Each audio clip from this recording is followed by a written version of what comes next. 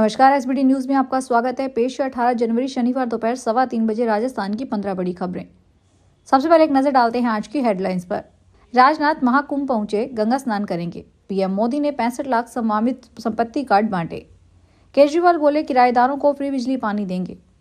राजस्थान में तबादले रुकने के 37 घंटे बाद भी नहीं थमी सूचियां। महाकुंभ के कारण जयपुर से प्रयागराज का हवाई किराया हुआ 40,000 रुपये। और अब खबरें विस्तार से सुनिए। महाकुंभ का छठा दिन है। दोपहर 12 बजे तक 20 लाख श्रद्धालुओं ने स्नान किया। अब तक 7 करोड़ 50 लाख से ज्यादा श्रद्धालु संगम में स्नान कर चुके हैं। रक्षा मंत्री राजनाथ सिंह महाकुंभ मेला क्षेत्र पहुंचे हैं। वे गंगा स्नान करेंगे। उनके पहुंचने से पहले आर्मी ने पूरा किला घाट को अपने कब्जे में ले लिया था। स्निफर डॉग्स और बम स्क्वाड जांच की। राजनाथ साधु संतों से मुलाकात और सेना के अफसरों के साथ मीटिंग भी करेंगे। देर रात शहर और महाकुंभ क्षेत्र में आर्मी और पुलिस के जवानों ने चेकिंग की। 18 संदिग्ध लोगों को पकड़ा। इनमें से कुछ के पास आधार कार्ड नहीं थे। कईयों को चोरी के शक में पकड़ा गया। पीएम मोदी शनिवार को 10 राज्यों और 2 केंद्र शासित प्रदेशों में 65 लाख स्वामित्व संपत्ति कार्ड बांटे हैं। पीएम मोदी वर्चुअली इस इवेंट में शामिल हुए, जबकि 13 केंद्रीय मंत्रियों ने फील्ड में मोर्चा संभाला। कई राज्यों के मुख्यमंत्री, केंद्रीय मंत्री, संबंधित राज्यों के मंत्री और पंचायत प्रतिनिधि के वर्चुअली शामिल हुए। जिन 12 वार्डों में यह कार्ड बांटे गए, उनमें से 230 जिलों के 50,000 से ज्यादा गांव शामिल हैं। अब तक 1.53 लाख से ज्यादा गांवों के लिए लगभग 2 करोड़ 25 लाख संपत्ति कार्ड तैयार किए जा चुके हैं। स्वामित्व योजना अप्रैल 2020 में शुरू हुई थी। दिल्ली के पूर्व मुख्यमंत्री अरविंद केजरीवाल ने शनिवार सुबह ऐलान करते हुए कहा कि चुनाव जीतने के बाद हम किराएदारों को फ्री बिजली और पानी देंगे। दिल्ली में दिल्ली वासियों को फ्री बिजली पानी की योजनाएं पहले से लागू है। अब आप किराएदारों को भी स्कीम में जोड़ेंगे। उधर आप शनिवार सुबह 11:30 बजे आप नेताओं की एक डॉक्यूमेंट्री रिलीज करने वाली थी, लेकिन दिल्ली पुलिस ने इस डॉक्यूमेंट्री की स्क्रीनिंग पर रोक लगा दी। राजस्थान में तबादलों की मियाद पूरी होने के बावजूद ऊर्जा विभाग और बिजली कंपनियों में शुक्रवार दोपहर तक सूची जारी होती रही। विद्युत वितरण निगम से लेकर प्रसारण निगम तक में संशोधन किए गए। इसके लिए राजकाज पोर्टल की बजाय सामान्य रूप से काम किया गया, ताकि बैकडेट में सूची जारी की जा सके। सबसे चर्चित सूची तो विद्युत प्रसारण निगम की रही। सामान्य तौर पर सूची पर डिस्पैच के आखिरी नंबर अंकों में ही लिखे जाते हैं, लेकिन प्रसारण निगम की कुछ तबादला सूची में डिस्पैच अंक के आगे ए और बी भी लिखा गया है। अब जांच का विषय है कि आखिर ऐसा क्यों किया गया। राजस्थान से प्रयागराज महाकुंभ में जितनी संख्या में लोग पहुंच रहे हैं, उतनी ही संख्या उन लोगों की है जो वहां पहुंचने का साधन तलाश रहे हैं। यात्रियों की संख्या को देखते हुए विमानन कंपनियों ने प्रयागराज के किराए को कई गुना बढ़ा दिया है। जयपुर से प्रयागराज की उड़ान के लिए 40,000 रुपये तक का किराया वसूला जा रहा है। राजस्थान की कोटा मुंदी लोकसभा सीट से ओम बिरला के सामने चुनाव लड़कर हार का सामना करने वाले कांग्रेस नेता प्रहलाद गुंजल ने बीजेपी मंत्री किरोड़ी लाल मीणा को नसीहत दी है। उनका कहना है कि राजस्थान में किरोड़ी लाल मीणा की छवि एक लोकप्रिय व्यक्ति की है, इसलिए उन्हें आगे आना चाहिए। मंत्रिमंडल में ताकत के साथ अपनी बात रखनी चाहिए और उसके लिए लड़ना चाहिए। सुनवाई नहीं हो रही तो ठोकर मारकर जनता के बीच में आ जाना चाहिए। लोकसभा में विपक्ष के नेता राहुल गांधी शनिवार को पटना जाएंगे। वे वहां संविधान सुरक्षा सम्मेलन में हिस्सा लेंगे और कांग्रेस नेताओं की बैठक में भी भाग लेंगे। लोकसभा में नेता प्रतिपक्ष बनने के बाद राहुल गांधी की यह पहली बिहार यात्रा है। कांग्रेस पार्टी ने इस यात्रा के लिए बड़ी तैयारी की है। पार्टी के राज्य मुख्यालय सदाकत आश्रम को राहुल गांधी के स्वागत के लिए सजाया गया है। बिहार कांग्रेस अध्यक्ष अखिलेश प्रसाद सिंह ने कहा कि पूर्व पार्टी प्रमुख के आगमन से कांग्रेस कार्यकर्ता उत्साहित हैं। राजस्थान में खाद्य सुरक्षा के तहत गेहूं लेने वाले अपात्र लोगों की जल्द ही पोल खुलने वाली है। इसके लिए रसद विभाग ने तैयारी शुरू कर दी है। विभाग की ओर से जारी अभियान में अपात्र लोग अभी अपनी स्वेच्छा से नाम हटवा सकते हैं। इसके बाद विभाग उनसे वसूली करेगा। यह अभियान 31 जनवरी तक चलाया जाएगा। इसके बाद विभाग आधार कार्ड, पैन कार्ड और बैंक खाते के माध्यम से जाँच करेगा।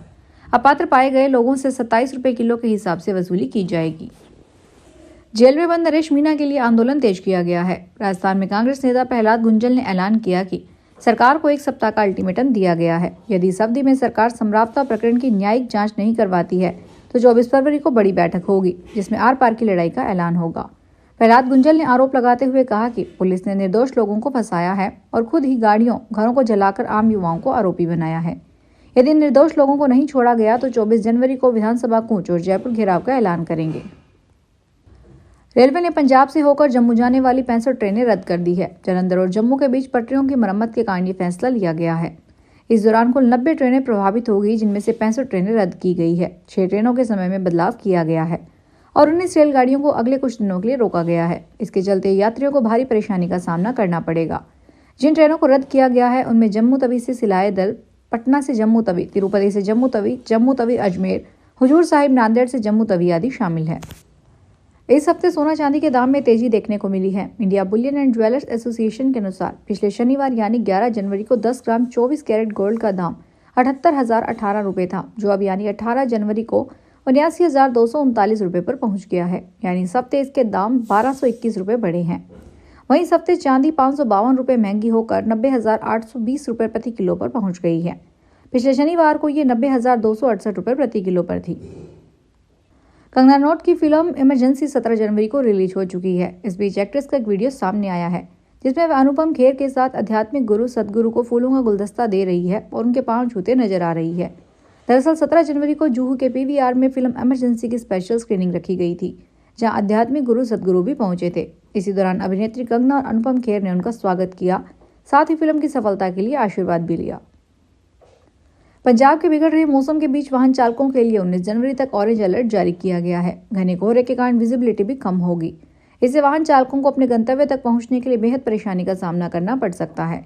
साथ ही लोगों को इस मौसम में अलर्ट रखने की सलाह दी है। कहा गया है कि जब तक कोई इमरजेंसी ना हो घर से बाहर ना निकलें और चेहरा ढककर रखें। वहीं पंजाब का न्यूनतम तापमान 1.5 डिग्री तक पहुंच गया है। महानगर जालंधर के अधिकतम तापमान में 2.9 डिग्री की गिरावट दर्ज हुई है। 6 साल में यह दूसरा अवसर है जब राजद की राष्ट्रीय कार्यकारिणी की बैठक पटना में हो रही है। शनिवार को एक होटल में आहूत बैठक की अध्यक्षता राजद सुप्रीमो लालू प्रसाद करेंगे। इसमें मुख्यतः सांगठनिक चुनाव के लिए तिथियों का निर्धारण होना है। इसके लिए तेजस्वी यादव को महागठबंधन की ओर से मुख्यमंत्री का दावेदार घोषित करते हुए विधानसभा चुनाव की रणनीति पर चर्चा होगी। उधर राजद की राष्ट्रीय कार्यकारिणी की बैठक से पहले एक बार फिर तेज प्रताप का पोस्ट चर्चा का विषय बना हुआ है। आरबीआई ने बैंकों से कहा कि लेन देन के उद्देश्य से ग्राहकों को कॉल करने के लिए वे केवल 1600 फोन नंबर सीरीज का उपयोग करें। अगर बैंक और अन्य विनियमित संस्थाएं प्रचार उद्देश्यों के लिए ग्राहकों को कॉल या एसएमएस करती है तो उन्हें 140 फोन नंबर सीरीज का उपयोग करना चाहिए। आरबीआई का मानना है कि इससे वित्तीय धोखाधड़ी पर लगाम लगेगी।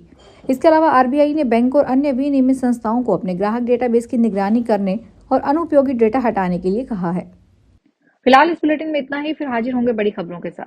अगर आप भी अपने आसपास की छोटी बड़ी और महत्वपूर्ण खबरों से अपडेट रहना चाहते हैं तो सब्सक्राइब कीजिए हमारे चैनल एसपीटी न्यूज को और प्रेस कीजिए बेल आइकन पर।